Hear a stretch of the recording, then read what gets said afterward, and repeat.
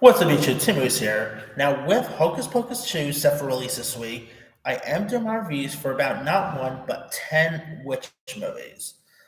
Because who doesn't love good witches? I mean, witches in the film world and the TV world has always been so iconic. So, this week, I'm actually doing my reviews for about 10 of them. So, first witch movie I'm doing a review for will, of course, be the classic 1987 film, The Witches of Eastwick. Now, this movie was, of course, directed by George Miller, who, of course, at the time became very popular with the Mad Max movies.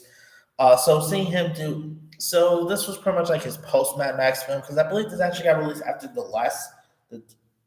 the third Mad Max movie he did.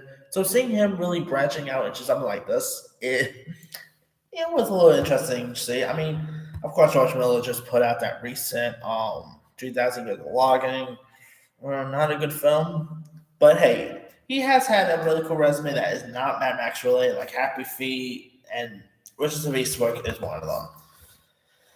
Now, if you guys don't know much about the story, it is actually based on a novel by John Updike, and it tells the story of three women who are unaware of the power of the words they speak, and as like they tell each other their deepest desire, a man ends up arriving just in time and fulfills them, but like has a very dark side of his own here.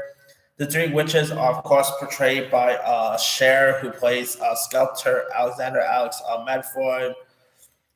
Susan Sarandon plays music teacher, and Celius Jane Spoford, with columnist with Michelle Pfeiffer playing the role of columnist Suki Richmond, and they are very and they are pretty much known as singer friends who are marrying their lives in this picturesque town of Eastwick, Rhode Island, and of course you of course do get Jack Nixon, who plays the man in question here, and you also do get other cool cast members who popping up too, like Veronica Cartwright, Richard Jenkins, who was great in that Jeffrey Dahmer series. By the way, I just want to throw that out there. Richard Jenkins is always great. I mean, this is a really like it definitely has some really fun '80s style humor. The chemistry between the three leads are all terrific.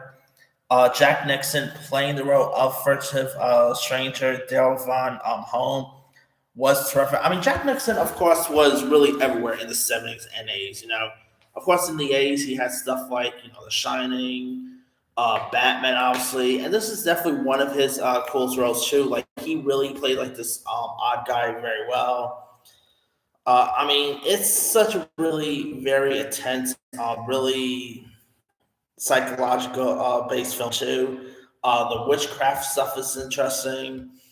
Nixon really he just plays it perfect, so great. He found some really fun. He plays his balanced character very perfectly here. George Miller did a great job at directing. I mean, it is a really intriguing '80s based film, and it's not my favorite movie of the '80s, something like that. And I remember watching this on TV like years ago, and I thought it was a really decent watch. I mean, it's a little hard to find nowadays, but you can mostly find it on like you can mostly rent it on Vudu, Prime Video, or Apple TV. It's not really on a place like Netflix or Hulu or anything like that. But it is a really intriguing film worth checking out. And of course, there is talks about a possible new version coming. So it's supposed to be like I think a series or another reboot in the works. So that should be interesting to see. But yeah, I mean, if you guys have not really, if you guys have not really seen Other Witches of Eastwick, it is a really intriguing film. Great score, great music attached.